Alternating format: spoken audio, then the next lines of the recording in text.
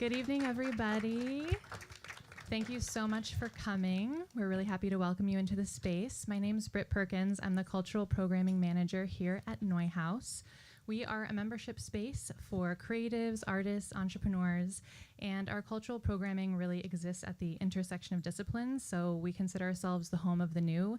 We're really about creative friction, forming new ideas, and so we're really thrilled to have Knorts and the creative team here tonight. Our member, Emma Reeves, the executive director of Free the Bid, right over here. She introduced us to this wonderful team, Clare Gillen, who's an amazing director and creative director, and Free the Bid represents female directors in the commercial space. So kind of created this connection and collaboration and community, which we're thrilled to be here because they do so much for aesthetics, to represent inclusivity, and also a really fantastic business model, which they will tell you about this evening. So without further ado, I'd like to introduce Eleanore Guthrie, founder and designer of Knorts. Hello, good evening. Wow, I wasn't expecting such a great turnout. I kind of thought it was just gonna be my mom and dad sitting in the audience, but the exact opposite happened. So thank you so much for giving us your time today. A little bit about myself. Some of you might know, others of you might need to kind of get with the program, but my name is Eleanore Guthrie, and I'm the founder and designer of Knorts, a denim knitwear brand based here in LA. Everything is made here as well by my very talented knitter, Javier Ramirez. And I started the brand about like 5 years ago with the intention of bringing more comfortable and flattering fits to the denim industry. And it's been quite a whirlwind, not otherwise having a background in the fashion industry.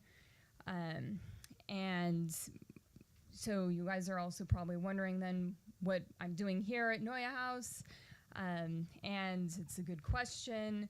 About six months ago, my friend Claire over here, who's been helping me with my branding, she did what a lot of good friends are supposed to do, and she pulled me aside and was like, Eleanore, your branding, it needs a little bit of a makeover before I let you continue. And, of course that hurt a little bit, because I think I'm really good at a lot of things and didn't see a problem with my branding too much, but thankfully she was persistent, and we've been working together ever since. One of the first big projects we worked on was a billboard campaign, and this now is the second biggest project we've worked on together. We both decided or agreed that my brand should incorporate even more inclusivity than it kind of already does. And so tonight actually we're launching a rental program for my business, and we thought,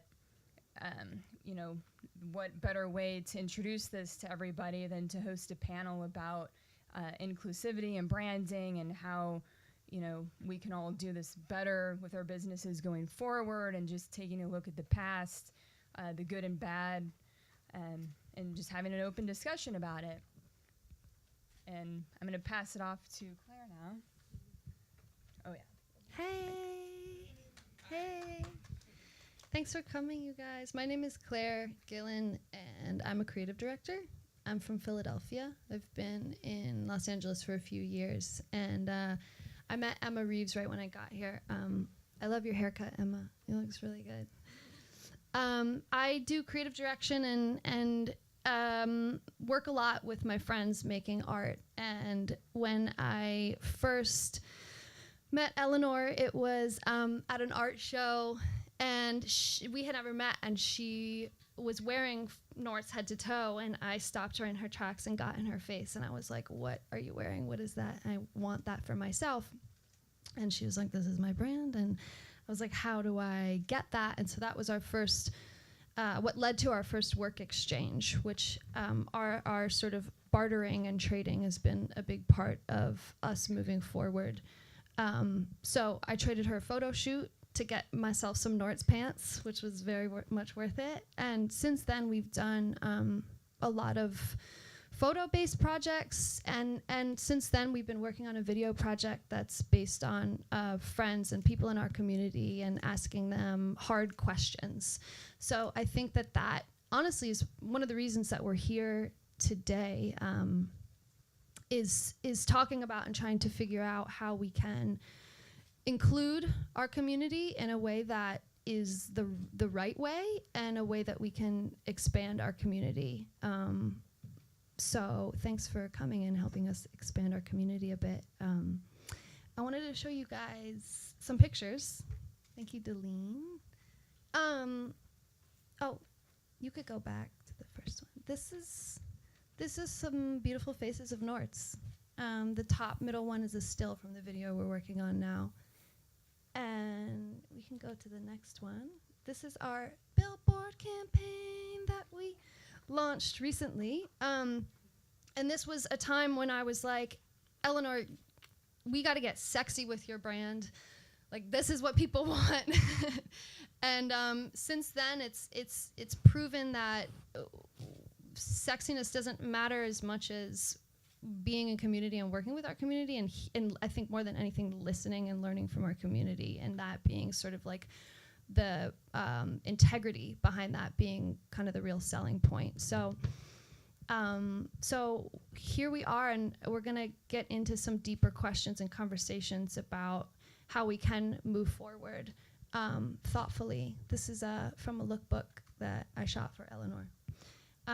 So I want to introduce Deline, who's our moderator today, and she's really lovely and she's really smart, and she's gonna help guide us through this. Thank you. Thank you, Claire. Welcome. Hi. Hey, I'm Deline Saw. I'm an urban planner and a curator here in Los Angeles, and my curatorial work reflects urbanism and, the future of our built environment, and it also reflects race and representation, which is a concept I think a lot about. Being friends with Claire and Eleanore and kind of observing what they're doing with Knorts, we have a lot of discussions around the topic of like culture and identity, and how to represent our community through your brand, and basically how to advance your brand into the future in a way that we all feel inspired by, and we all think is, the way most brands should be doing things. So not to say, every time you do it right, but we really try to reflect on these topics and kind of ask ourselves questions along the way.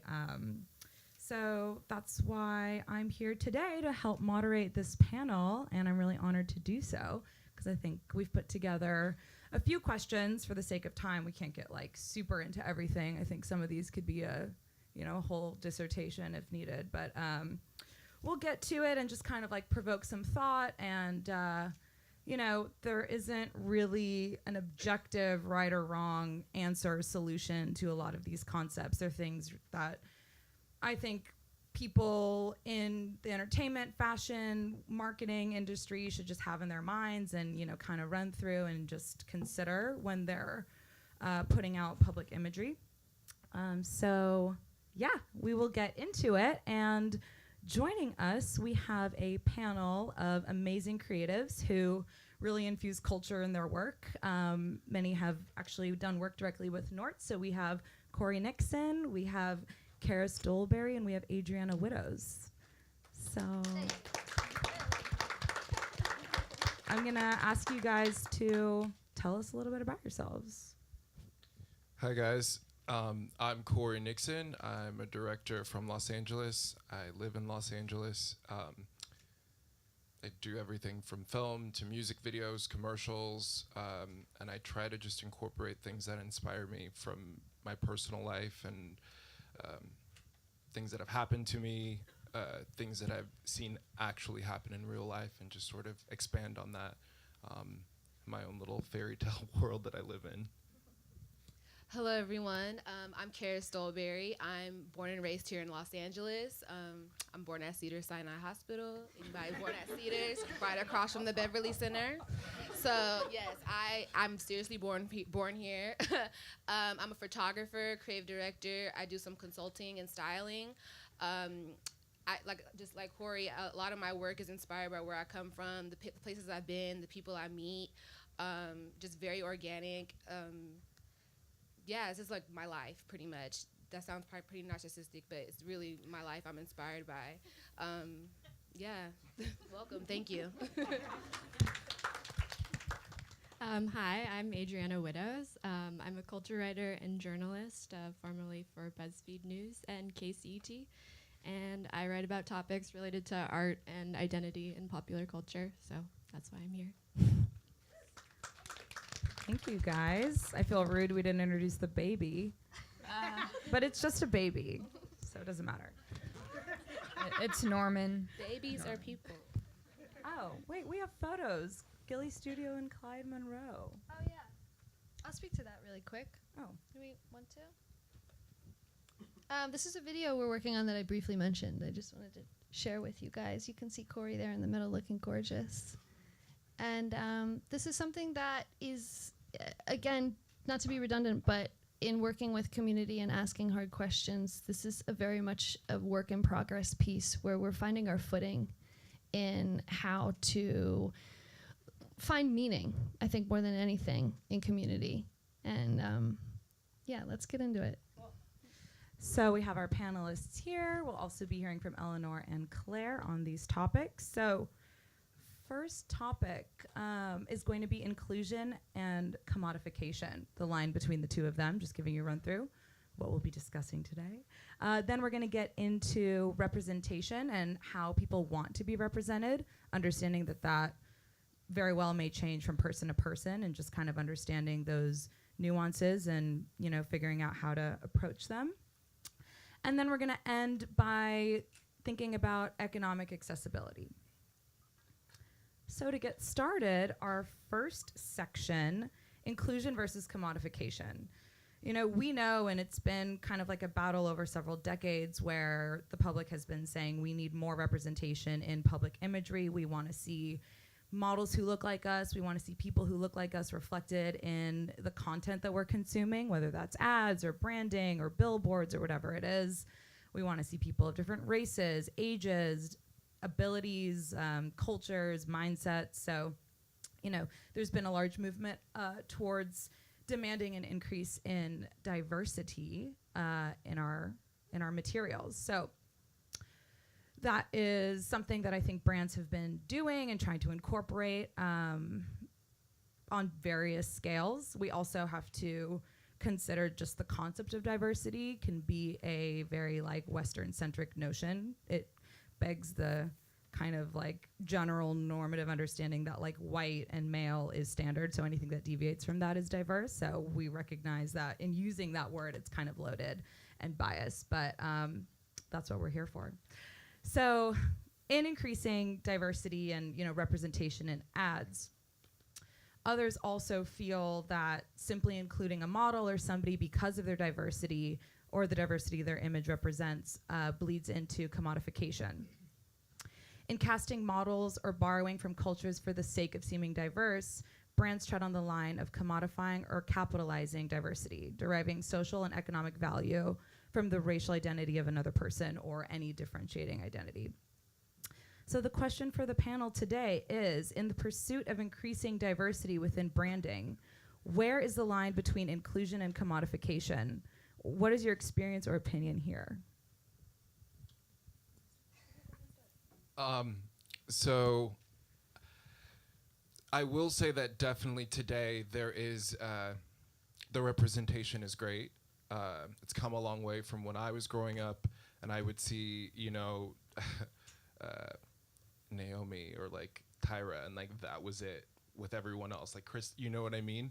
And today, you know, I feel like there are people that are being represented that are people of color. However, I feel, in my opinion, that it's not fair representation. I feel like people are just sort of, it's become popular. It's a trend to, it's a trend For example, the baby hair thing, like when that came out and like everybody went to Instagram and Googled baby hair and then was having baby hair. And it's like, that's something I grew up with. Like I didn't have it, but like I knew it. My mother, my grandmother, my aunt, you know what I mean? Like you just, if you're a person of color, you know what baby hair is.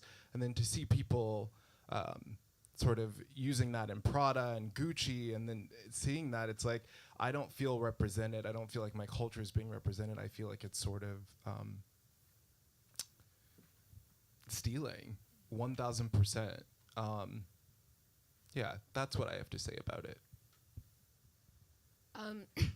My sentiments kind of fall in the lines of with Cory. For the last brand that I was working with for 4 to 5 years, they were a clothing company and they were really great. It's like luxury streetwear, and it was an amazing experience working with them. I learned so much, but as time went by, I was kind of like looking around like, okay, are these people, am I really working here because like they actually appreciate my vision, or are they actually like pimping me, like low-key stealing my vision? Like no one, I was the only black female that worked there, and like they will always come to me asking me questions like, is this cool? Like, what is this? Like, this is so tight. It's like, what is this, ghetto? Is this hood? Like, this is just so awesome. Like, what is this? And it's like, I'm not an Urban Dictionary. Like, I mean, I appreciate that you want to know, but it's like, do you want to know because you actually are interested in this, or do you want to like use this for personal financial gain for your campaign and your clothes?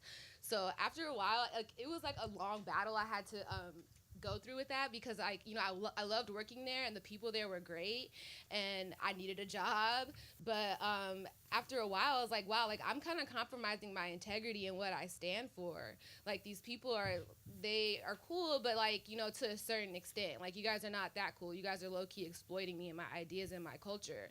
And they weren't from Los Angeles, and growing up on the West Side, I've seen a lot of things. Like I said, I really live this shit. Not to be explicit, but I really do.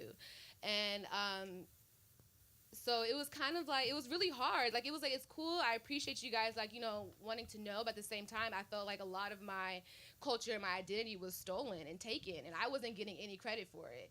And the checks definitely didn't reflect the work that I was giving to that company. So yeah, so it's like, the representation's there. Even with TV, I'm seeing a lot of changes. Like, gay people are being represented, which is awesome. But it's like, what is that narrative of gay that they're representing? Like, it's just like some typical oversexed gay couple? Like, it's just like, like very extreme. Like, okay, like gay people do other things besides have sex. They do. I hang out with gay people all the time. They do a lot more stuff than that. So it's like, sometimes the representation isn't fair. Like it's cool, like to be represented and see yourself in these characters, like on TV and in movies or the billboards and magazines. But at the same time, I feel like the representation isn't fair. It's exploited a little bit. Just to pick up on that note, I agree with what the other panelists are saying. I think that what it comes down to, other than keeping in mind that the line between commodification and inclusion is really blurred, and that it's not a black and white situation, and that we need to keep having these ongoing conversations that are flexible and like respondent to our changing culture. I think that representation in the final product is not enough. Like we need to see POC designers like in the design room and in the boardroom making the decision, and I think that's what makes the difference between commodification and inclusion in a lot of circumstances. Like who are the people that are making the decision to bring certain elements of style from communities of color to the stores? Is it POC people, or is it, old white dudes? A lot of them are old white dudes. Yeah, that's what. It sucks to say, but a lot of them are.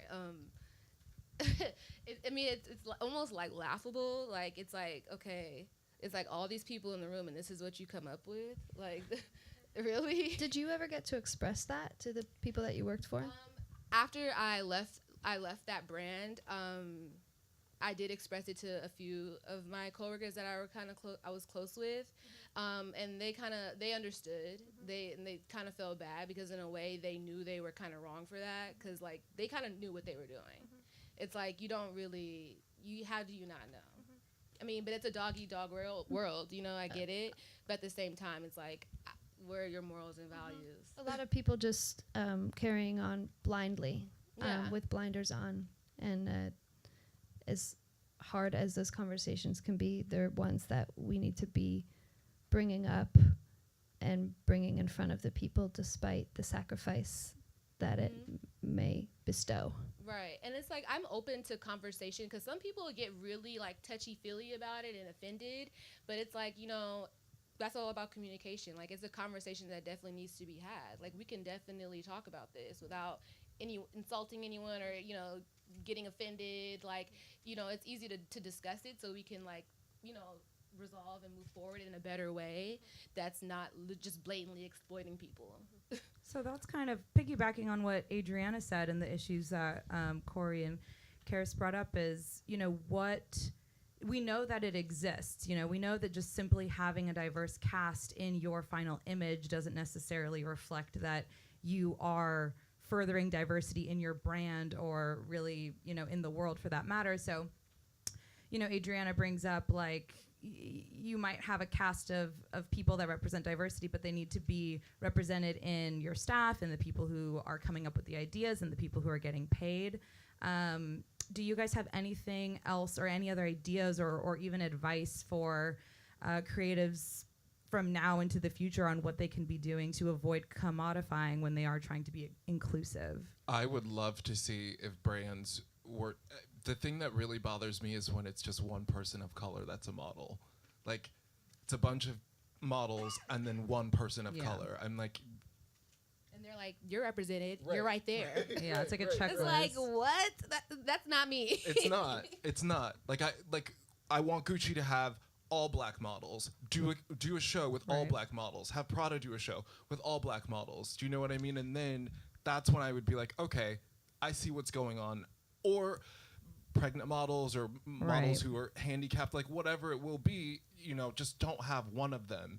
Include do a whole thing of them. Make it a thing. I totally get it. I think that it kind of begs the idea of, you know, you can't just diversify as an accessory. Like, you can't hold on to the same look and feel that you want to center and then add accessories around it. It's like change the entire thing. Right.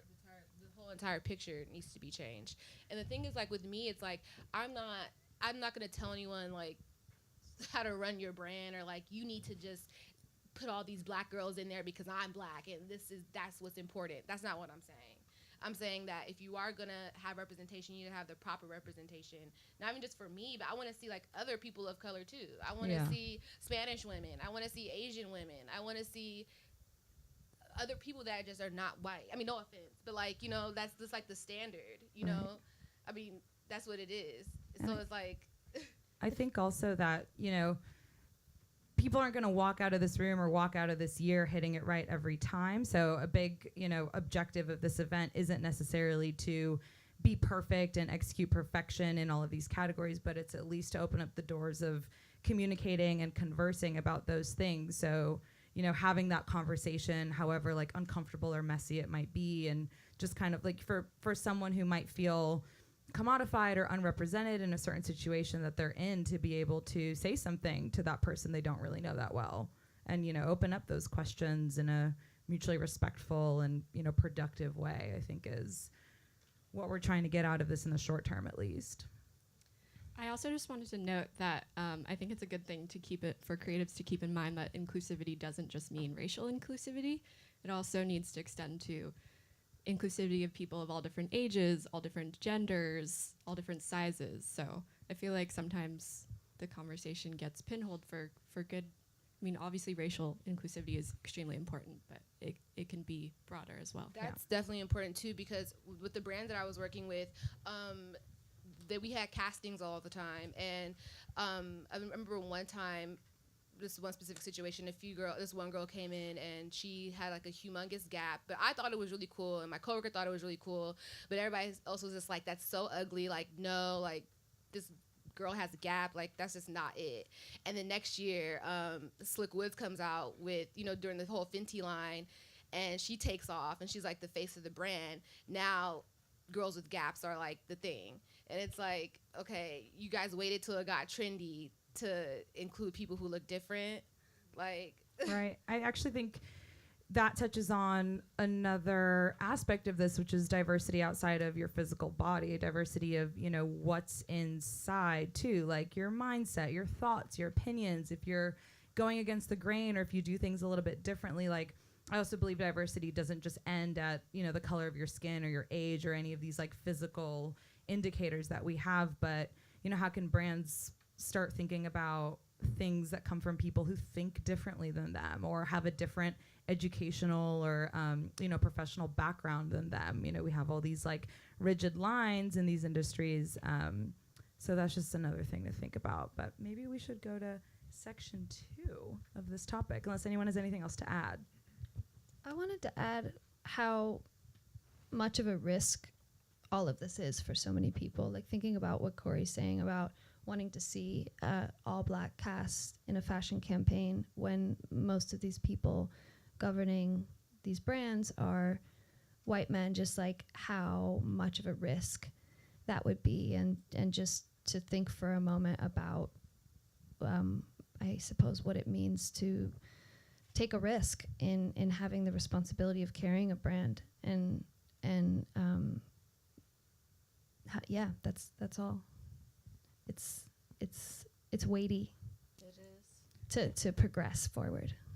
I think that's the case in most social movements. But then also it's like, why is that risky? Like, Right. you know, why is having different people a part of your brand risky? Like, why is that dangerous? Why is that threatening? I genuinely want to know. Yeah. That's a Well, fear, you know, right? Yeah. So it's like, fear-based. it should be a point to where it's not dangerous, where it's not threatening. Like, this is just normal because we're people. I think we're in the era of like switching the focus, right? You know, it's like, Yeah, because all the time I'm hearing is, you know, that's pretty risky. Like, you know, she's plus size. She's, you know, that's kind of risky to put her in the front, you know. But why are these things risky? Why is this larger woman so threatening to you? What, you're scared she's going to sit on you? Like, well, I don't understand. Like, what is the threat? Like, I mean, sis is cool. Like, I'm pretty sure she's tight. Like, why are we in fear? Why are we living in fear? That's panel number 2. Why are we living in fear? Yeah, I mean, there's a lot more dangerous things in the world. I mean, look at our president, and you're scared to have someone like me representing your brand. That's Speak. taking a risk. say it. You live a boring. If that's risky for you, live a boring life. Drew, you want to add anything? Last point. Oh, I was just going to say, I think it's threatening and risky to people because it signifies like a shift in power. And if that starts to change, if representation starts to change in fashion, in branding, they're just afraid they're going to lose their power and they're going to lose their money. And Yes. so that's why they have so much writing on not doing that. So Yeah, and changing in a real way, not just like here's like a token person to represent our diversity. It's like the focus switches, and along that comes a power switch. Okay, so our second section kind of piggybacks off of the first one with a different focus. So when featuring people with characteristics that the mainstream may consider diverse, should these personal characteristics be highlighted out loud as celebration in a proud way? Or should these characteristics go unmentioned? Understanding that this is a preference unique to everyone, how do professionals in branding address this topic? I personally, this is a personal question. It's personal. I don't think it should be mentioned at all. Like, I think it's very silly to mention that. I think it takes away from the person and the craft of what they're doing. I'm gay, I'm black, and I'm also a director, but I did not identify as that. I'm just a director, period. You know what I mean? I don't want to be known as a gay black director. I just want to be known as a director because that's what I do. I don't want any extra, or anything. I am just a director, and that's how I want to be respected, and that's how I want to be treated. And I feel like in the industry, I feel like so many people, it's like, oh, you know, Tyra was such a great black model, or I keep calling on Tyra and Naomi. Tyra. Those are the only two people we have to Right. pick from, really. Right. I mean, there's a like what, but like the other ones are but where are they? I honestly I feel putting a title on something takes away from what it is, and it's unfair to that person. So that's what I think about it. Okay. My sentiments once again fall in line with Cory, but I understand why people highlight it, because it's 2019 and we're still having the first this and that, the first handicapped person to do this, the first Asian woman to win an Emmy, the first, and this is 2019 and we're still having to say the first. So I get why people highlight it, because these are things that haven't been done before, which is pretty pathetic, but that's just the reality we live in. But at the same time, highlight it. It's great. It's amazing. But at the same time, don't let that distract you from what this person has accomplished and what they're doing. Like, it's just like referring to like your friend, like, me and my homegirl going out. Yeah, she's super cool. Like, she's like my Asian homegirl's coming with us, or my black homegirl's coming with us. Why does that matter? She's just my homegirl that's coming with us to the party. Right. It's So like, do you want that do you want to say like, oh, that's an amazing female doctor? You just want to be like, that's an amazing doctor. Yeah, like, why do you have to highlight she's a female? Why can't she just be a cool doctor? So I feel like the flip side to that is kind of what you touched on, which is like groups that have been marginalized and unrepresented for so long because of those characteristics. Once they're finally given that chance to shine and, that platform, they want to bring it with them and say like, I'm proud to be who I am, and I want that to be highlighted and not just brushed under the rug and, ignored in a sense, because now we're in this era of, equality, but I still want to represent who I am and have that represented. Yeah, and I think that's really cool too. I love when people are proud of, where they come from and who they are, and they want to show the world that. I think that's beautiful, because that makes us unique. It makes us different. I think that's really cool. But at the same time, I just don't want other people, or let's say someone that's talking about that person. I guess it's different if I'm talking about it, because I choose for that to be the focus of what I'm talking about or who I am. Like, I'm telling you, I am a 26-year-old black female. I'm talking about my age. I want my age and my race and my city to be the focus of my identity. But for someone else to talk about me and just pinpoint that and just touch on that and just keep talking about that, and just forgetting all my accomplishments, that I just cured cancer, but you can't get over the fact that I'm black. It's just like, I think that touches on a good point to think about, which is where that classification starts. Like, if you're the one who is saying, this is how I want to be represented, like, I want you to call it the fact that I'm a woman or I'm a person of color or whatever it is, like, maybe that's where it starts. And if someone's not saying that to you, to take it upon yourself to make out those call outs could be seen as offensive and could be seen as, like, kind of discriminatory in its own sense. So, I think this question is very subjective, because it changes from person to person. Like, Cory, you're like, I don't want that anywhere near, my talents and my name, because it doesn't matter. But for other people, it might really matter. So, it's kind of like, it's a person by person, case by case basis. And, what advice can we give for people who hold these meetings and do casting to kind of like avoid hurting someone's feelings or, setting us back? I think you can ask. yeah. It's just simple as that. You know what I mean? As if I would never assume someone's gender. You can ask always. That's the safest bet. Like, how would you like me to say your name, or how would you like, what should I say that you are or that you do? I'm a firm believer in listening. Listening will take you so much further in life than running your mouth. I talk a lot, but I do definitely stand on listening to people. That goes a long way, a lot longer than people think. So I think that's important. Like, I'm into controlling the narrative of me, and I feel like everyone should do that. So I'll let you know, and I feel like everyone should let everybody know.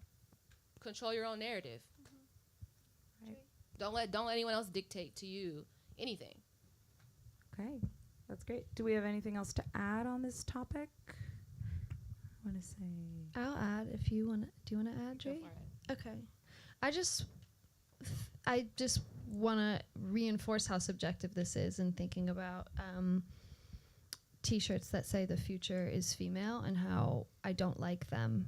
And that also makes me sad at the same time. And I think there's a lot of deep digging that has to go on around why that makes me uncomfortable. And I think that it's all about the case that it's in. So that makes me uncomfortable because the life that I live, I see myself as equal to everybody else. So I don't see the future as female. I see it as non-binary and equal and weird and without labels.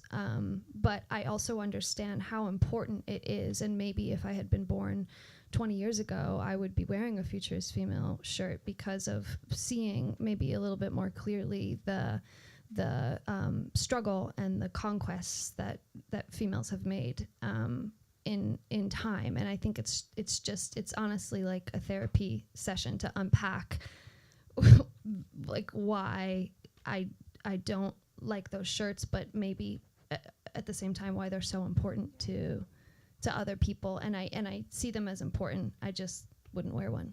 Super personal. Like you wouldn't know unless you said that or we asked, right? Just to piggyback on what you're saying, I kind of get a little irritated too with this whole like feminism movement. Not because it's kind of fake to me. When I see like the future is female stuff, that doesn't really touch to me because the bigger picture of feminism or this new feminist movement does not include me or people or women that look like me. It does not include Spanish women. It does not include Asian women. It includes it's pretty much geared towards white women.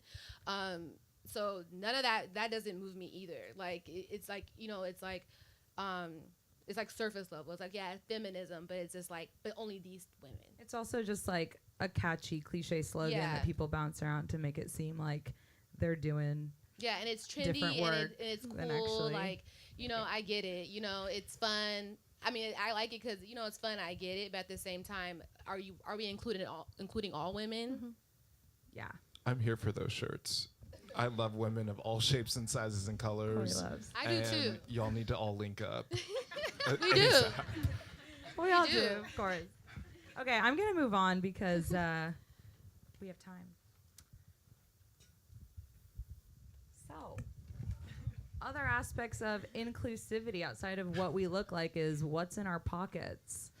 You know, high-end fashion brands have historically upheld an exclusive culture through high price points that make their clothes only accessible to the wealthy. And I know that's kind of like generating the idea of like swag and you want to look great and you want to like, you know, show your label and show your brand. But, you know, it's not always that superficial. It's also like people don't want to support fast fashion. People want to have well-made clothes that, you know, last them a while. And so it becomes this issue where you can't get access to those things. Those things are now so polarized in our like fashion economy where, you know, your choice is Balenciaga or H&M sometimes, you know, or like whatever it might be. So this begs the topic of access. On the topic of access, how do you believe fashion brands can provide well-made clothes to people of all income ranges or situations?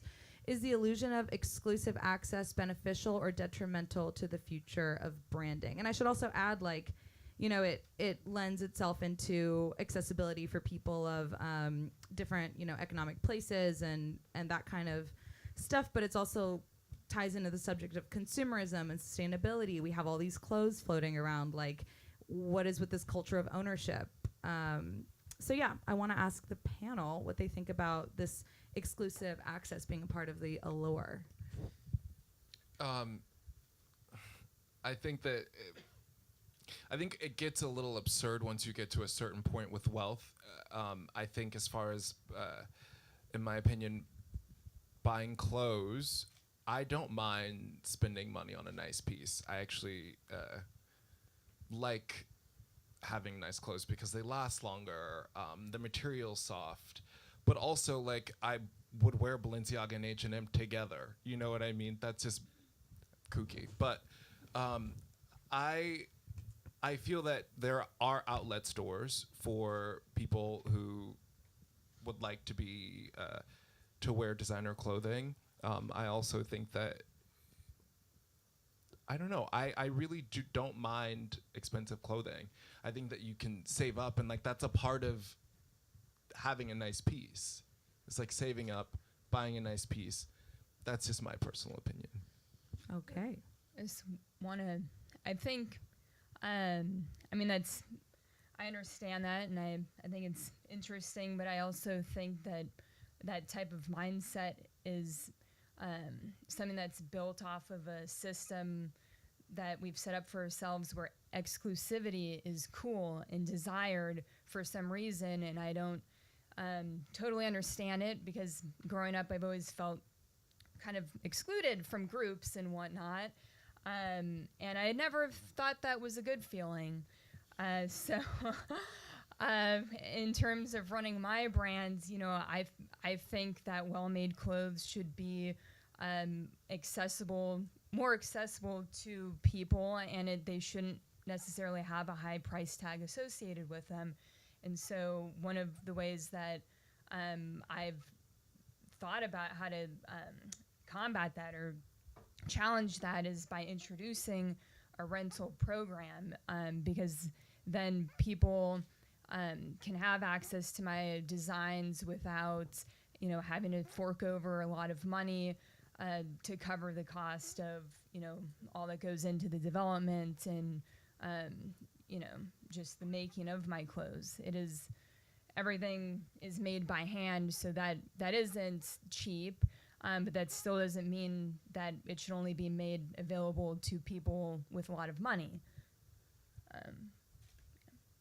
And we see other brands doing that too. Yes. Yes, we do. Well, Rent the Runway is a big one that has become, they're at the forefront of that business model, and it's become very popular actually with all sorts of people with different economic backgrounds, and it seems to not even be too important to people these days to own clothes, as long as they can access them, use them once or twice, return them, and it's even seems to be like, you know, a better approach in terms of sustainability, because the fashion industry is extremely wasteful, in particular with fast fashion. So I agree. yeah. And I think Cory raises a good point, which is, you know, we all work hard and we all want to, like, you know, treat ourselves and honor our belongings and be like, I know how much value is in this piece. Like, I've worked for this piece. Like, this piece is valuable to me, and valuable in general. And so sometimes, you know, spending a good amount on something that you own can be a source of pride in what you have. And I think that's really real. Like, I feel the same way. But if you just think about that one step further, which is what I'm thinking about right now, it's why do we equate the price tag with the value, or the price tag with the, you know, quality of that item? I think that's a really capitalist, like, consumer-based kind of notion that's been ingrained in us for decades now. So it's kind of like, you know, and I think that came about with fast fashion and just making cheap stuff that is cheap, and then, you know, the designer stuff gets designated as special and more valuable. But what we're thinking about, if we're, you know, talking about inclusivity and we're talking about, like, the future of these things, is why does money need to be correlated to value? Or, you know, why are we measuring things with dollar amounts, essentially? Just to go back on Cory says, I also too, I'm gonna keep it 100 with you. I like nice shit, like, you know, so sometimes I don't mind investing in quality, but it goes beyond just clothes. Like, I like nice furniture, I like nice cars, I like nice hair, like, I like nice quality stuff. So it just depends, like, are you placing your value on these labels and all these brands? Like, are you putting, you know, this is what makes you worthy of A, B, and C, or do you appreciate quality? Because for when I was young and dumb, I'm just spending all this money on shit that, like, because it looks cool or make me look popular or whatever, and it falls apart in 3 days. So I'm like, okay, this is not it. Like, I need to start doing research and investing my money in quality things. So I'm not mad at these designers, because who have these crazy ass price points, because, you know, a lot of these people work hard. You know, it takes a lot to run a business and make clothes, especially if they're handmade. Like, it's a lot of time and effort that goes into that. So I'm not going to be upset with you because I don't have my money up to buy your stuff. Why am I going to be mad at you? I need to get my bread up so I can wear your nice stuff. You know what's exciting to me is Nordstrom's return policy. It is. It's I've lovely. been using it. It's cool when you can just or when you find something at like a discount store or an outlet that's like an amazing price and you know the label and you know, oh, it's real leather, whatever it might be. Not to like seem like I don't support veganism being a fine option for materials, but you know, that excites me. And actually, like, people from Europe love to shop in America because we have discount stores and we have sales like more than they do. So it's kind of like, we don't want to sacrifice the quality of our stuff, nor should we have to. So it's cool to just think about, you know, as a brand, and even a small brand or a couture brand, like, what can you do to not further things even in like your economic model that you don't like, you know? So that's another thing I try to do is I keep that same energy that I'm going to invest all this money into like Louis and Dior and Margiela, into other like Black designers and, you know, Spanish designers and Asian American designers, like, you know, just POC designers in general. I will love to, you know, I try and spend my money with them as well. I just keep that same energy. Like, you know, so it's like you can afford Gucci and Louis, but you act like you can't spend your money on Telfar and Wells Barner and No Sessos and Pyre Moss. You have to, you know, if you're all about quality and you want to break bread with these brands, you got to keep that same energy everywhere because they're just as quality as Gucci, if not better. Right. Yeah, just on that note, like, buy your friend shit. Like, seriously, like, if you want things to change, like, I don't know. I really hate when, like, people have artist friends or people who are creative and they're trying to make their way, like, on their art and on their creative products, and then we expect that stuff for free. Like, everyone in this room can be buying from their friends and like starting to like, I don't know, I change that. No, back to community. That's super important. Is support, and that just goes back to community. And you know, hiring your friends. Yeah, Or supporting your hiring, community. yeah. Asking Yeah. around. Yeah. That's hella important. Yeah.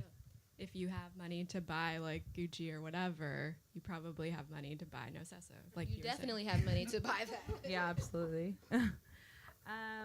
Okay, cool. Well, we're going to close out.